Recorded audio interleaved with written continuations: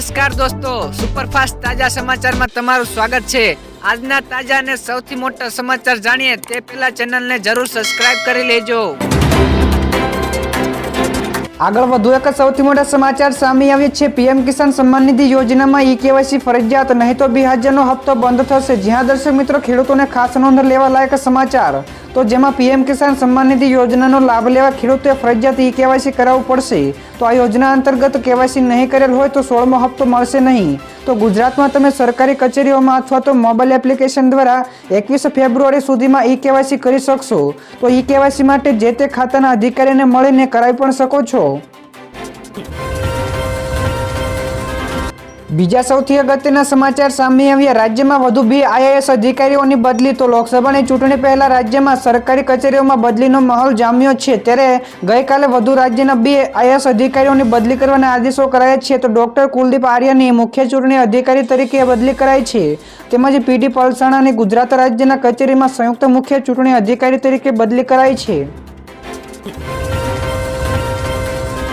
ત્યાર પછીના દોસ્તો બીજા સૌથી મોટા સમાચાર મળ્યા છે। ખેડૂત આંદોલનને લઈને હાઈકોર્ટે 3 રાજ્યોને ફટકારી નોટિસ। રાજધાનીમાં ખેડૂત વિરુદ્ધ આંદોલનો ચાલી રહ્યા છે, જેમાં 3 રાજ્યો દિલ્હી, પંજાબ અને હરિયાણાના રસ્તાઓ અને બોર્ડરો સીલ કરી દેવામાં આવ્યા હતા, જે અંગે હાઈકોર્ટમાં અરજી દાખલ કરવામાં આવી હતી। તો આ અરજીની સુનાવણી કરતા હાઈકોર્ટે હાલમાં કેન્દ્ર સરકારે પંજાબ, હરિયાણા અને દિલ્હીની સરકારોને નોટિસ ફટકારી છે। જો કે હવે આ આંદોલન ધીરે ધીરે દેશભરમાં પણ સક્રિય થઈ રહ્યું છે। બીજા સૌથી મહત્વપૂર્ણ સમાચાર સામે આવે છે। ગુજરાતમાં વરસાદની આગાહી। તો પાડોશી રાજ્ય મધ્યપ્રદેશમાં હવામાનમાં પલટો આવ્યો છે। તો મધ્યપ્રદેશના ઘણા વિસ્તારોમાં ભારે વરસાદની સાથે કરા પણ પડ્યા છે, જેના પગલે હવામાન વિભાગે ગુજરાતમાં પણ સાયક્લોનિક સર્ક્યુલેશન સિસ્ટમ સક્રિય થઈ હોવાથી માહિતી આપી છે, જેના પગલે આગામી થોડા દિવસમાં વાદળછાયું વાતાવરણ રહેશે તેમજ માવઠું થવાની પણ આગાહી કરાઈ છે। તો દોસ્તો તમને જણાવી દઈએ કે મધ્યપ્રદેશના કેટલાક વિસ્તારોમાં ભારે વરસાદના કારણે તેની અસર ગુજરાતમાં પણ વર્તાઈ શકે છે। ત્યાર પછીના દોસ્તો બીજા સમાચાર વિશે ઝડપથી આપણે વાત કરીએ તો ધોરણ 12ના વિદ્યાર્થીઓ માટે મહત્વના સમાચાર। ધોરણ 12 સાયન્સની પરીક્ષા આપનારા વિદ્યાર્થીઓને પ્રેક્ટિકલ પરીક્ષાની ટિકિટ શિક્ષણ બોર્ડની વેબસાઇટ પર મુકાઈ ગઈ છે। તો આગામી 19 ફેબ્રુઆરીથી 12 ધોરણની સાયન્સની પ્રેક્ટિકલ પરીક્ષા શરૂ થવા જઈ રહી છે, જેને લઈને હવે વિદ્યાર્થીઓ બોર્ડની વેબસાઇટ GSEB.in ઉપર અથવા તો GSEB.org પરથી હોલ ટિકિટ ડાઉનલોડ કરી શકે છે। તો દોસ્તો બીજા સૌથી મોટા સમાચાર સામે આવ્યા છે। ભારત બંધનું એલાન। સંયુક્ત કિસાન મોરચાએ મોદી સરકારની ખેડૂતોને મજૂર વિરોધી નીતિઓના વિરોધમાં આ મહિનાની 16 તારીખે ગ્રામીણ ભારત બંધનું આહવાન કર્યું છે। તેના સમર્થનમાં કોંગ્રેસ અને ડાબેરી પક્ષો હૈદરાબાદના ઇન્દિરા પાર્કમાં રાજ્ય સ્તરીય આંદોલન કરશે। તો ખેડૂતો અને કાર્યકર્તાઓને પણ તાલુકા અને જિલ્લા કક્ષાએ ભાગ લેવા માટે આહવાન કરવામાં આવ્યું છે। ત્યારે આ દરમિયાન સીપીઆઈએ આંધ્રપ્રદેશમાં બંધને સફળ બનાવવા માટે કાર્યકરોને હાંકલ કરી છે। તો દોસ્તો આગળના બીજા સૌથી મહત્વપૂર્ણ સમાચાર। ભારત અને યુએઈ વચ્ચે 8 કરારો થયા। કેન્દ્ર સરકારે માહિતી આપી છે કે યુએઈની મુલાકાતે ગયેલા વડાપ્રધાન મોદીએ તે દેશ સાથે 8 કરારો કર્યા છે। તો 2 દિવસની મુલાકાત માટે ગયેલા યુએઈ પહોંચ્યા હતા। તો આ ક્રમમાં તેમણે દેશના રાષ્ટ્રપતિ શેખ મોહમ્મદ બિન જાયદ સાથે મુલાકાત કરી હતી। તો કેન્દ્રએ આ સિવાય કહ્યું કે દ્વિપક્ષીય રોકાણ, ઇલેક્ટ્રિકલ ઇન્ટરકનેક્શન અને વેપાર સહિતના ઘણા બધા ક્ષેત્રોમાં કરાર ઉપર હસ્તાક્ષર કરવામાં આવ્યા હતા। ત્યારે પીએમ મોદી યુએઈની મુલાકાત બાદ તેઓ કતાર જશે। ત્યાર પછીના દોસ્તો બીજા સૌથી મોટા સમાચાર મળી રહ્યા છે। બનાવટી સોફ્ટવેરથી કૌભાંડ કર્યો। જ્યાં દર્શક મિત્રો પંચમહાલના ગોધરામાં બનાવટી સોફ્ટવેરના આધારે રાશન કાર્ડ ધારકોનું અનાજ લઈને કૌભાંડ થયો છે, જેમાં 4 મૃત રાશન કાર્ડ ધારકોના ફિંગરપ્રિન્ટ સેવ રાખીને તેમનું અનાજ લેવાયું। ત્યારે સહકારી મંડળીની સસ્તા અનાજની દુકાનના સંચાલક તેમજ સ્ટાફે NSS યોજના અંતર્ગત વિતરણ કરાતા અનાજના જથ્થાની માહિતી રાખતા સરકારી સોફ્ટવેર જેવું જ એક અન્ય સોફ્ટવેર તૈયાર કર્યું હતું। તેઓ 3 વર્ષથી અનાજ લેતા હતા। તો સંચાલક સહિત 4 ઈસમ સામે ગુનો નોંધાયો છે। ત્યારબાદના દોસ્તો બીજા સૌથી અગત્યના સમાચાર સામે આવ્યા છે। ઓનલાઈન ટ્રાન્ઝેક્શનમાં ઓટીપીની જરૂર નહીં પડે। જ્યાં દર્શક મિત્રો ઓનલાઈન છેતરપિંડી અટકાવવા માટે આરબીઆઈ એક નવી સિસ્ટમ બનાવવા જઈ રહી છે, જેથી તમારે પેમેન્ટ કરવા માટે ઓટીપીની જરૂર નહીં પડે। તો ઓટીપીના સામાન્ય વિકલ્પ સામે આરબીઆઈ ઓથેન્ટિક એપ લાગુ કરવાની વિચારી રહી છે। તો આ માટે યુઝરે તેમના મોબાઈલ ફોનમાં આ એપને ખાનગીમાં બતાવતો પાસવર્ડ મેળવવો પડશે।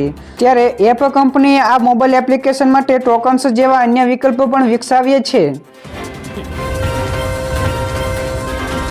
આગળ દોસ્તો બીજા સૌથી મોટા સમાચાર મળ્યા છે. રાજ્યમાં બેરોજગારીનો દર ઘટ્યો. તો ગઈકાલે વિધાનસભા ગૃહમાં માહિતી રજૂ કરાઈ હતી કે રાજ્યમાં કુલ 2,49,735 બેરોજગારો સરકારી ચોપડે નોંધાયા, જેમાં છેલ્લા 2 વર્ષમાં 2,38,978 શિક્ષિત અને 10,757 અર્ધ શિક્ષિત બેરોજગારો નોંધાયા છે.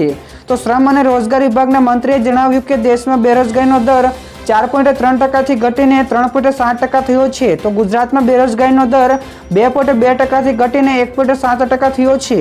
તો કોંગ્રેસના ઉપનેતા શૈલેષ પરમારના આ પ્રશ્ન ઉપર સરકારે જવાબ રજૂ કર્યો હતો. તો દોસ્તો બીજા સૌથી અગત્યના સમાચાર મળ્યા છે. ભારત અને યુએઈએ મળીને 21મી સદીનો ઇતિહાસ લખ્યો. તો યુએઈમાં સંબોધનનું સમાપન કરતા પીએમ મોદીએ કહ્યું કે અત્યારે ભારત વૈશ્વિક સ્તરે વિશ્વાસપાત્રની ભૂમિકા ભજવી રહ્યું છે. તો આજે વિશ્વ ભારતને વિશ્વબંધુ માને છે. તો વિશ્વમાં ભારતનો અવાજ સંભળાઈ રહ્યો છે.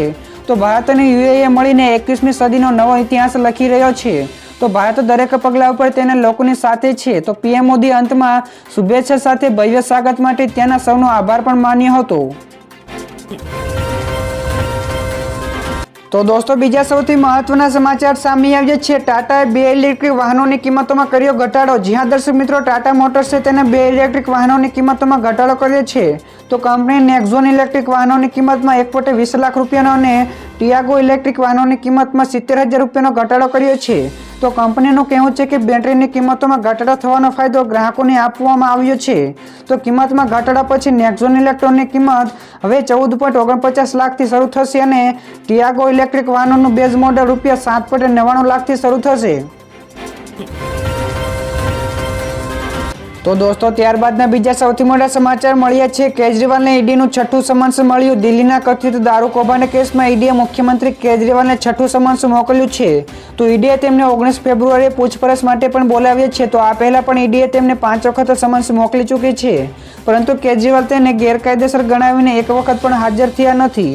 ત્યારે કેજરીવાલે કહ્યું હતું કે ઈડી સમન્સ રાજકીય રીતે પ્રેરિત છે. તો મને લોકસભાની ચૂંટણીના પ્રચાર કરતા રોકવા માટે કેન્દ્રના ઇશારે આ મોકલવામાં આવી રહ્યું છે. ત્યારબાદના દોસ્તો બીજા સૌથી મોટા સમાચાર મળી રહ્યા છે. મોટી જાહેરાત. તો ખેડૂતો હવે ટ્રેનો રોકશે. જ્યાં દર્શક મિત્રો પંજાબમાં સૌથી મોટા ખેડૂત સંગઠન ભારતીય કિસાન યુનિયને એક મોટી જાહેરાત કરી છે. તેઓનું કહેવું છે કે પંજાબમાં 15 ફેબ્રુઆરીએ સવારે 12 વાગ્યાથી સાંજના 4 વાગ્યા સુધી રેલવે ટ્રેક બ્લોક કરાશે. તો દિલ્હી જઈ રહેલા ખેડૂતોને રસ્તામાં રોકવા, તેમના ઉપર ટીયર ગેસના સેલ છોડવા અને લાઠીચાર્જ કરવાના વિરોધમાં યુનિયન દ્વારા ટ્રેન રોકવાની જાહેરાત કરવામાં આવી છે. ત્યારે દર્શક મિત્રો તમને જણાવી દે કે ભારતીય કિસાન યુનિયન દિલ્હી માર્ચ આંદોલનનો ભાગ નથી. તો દોસ્તો બીજા સૌથી મહત્વપૂર્ણ સમાચાર શેર માર્કેટ વિશે મળી રહ્યા છે. શેર બજારમાં હરિયાળી. બેંક નિફ્ટી 405 પોઈન્ટનો ઉછાળો. તો સપ્તાહના ત્રીજા દિવસે એટલે કે ગઈકાલે બુધવારે બેંકની સાપ્તાહિક એક્સપાયરી હતી. તો શેર બજારમાં બીએસસીના સેન્સેક્સમાં સવારે 712 પોઈન્ટનો ઘટાડા સાથે ખુલ્યો હતો. તો બપોર બાદ બજારમાં સારી એવી તેજીનો માહોલ જોવા મળ્યો, જેથી સેન્સેક્સમાં 267 પોઈન્ટ સાથે 71,822 અંક ઉપર બંધ રહ્યો હતો. જ્યારે એનએસસીના નિફ્ટીનો સૂચકાંક 96 પોઈન્ટના સુધારા સાથે 21,840 પોઈન્ટ સાથે બંધ થયો હતો. તો બેંક નિફ્ટીમાં પણ 405 પોઈન્ટના વધારા સાથે 45,908 અંક ઉપર બંધ રહ્યો હતો.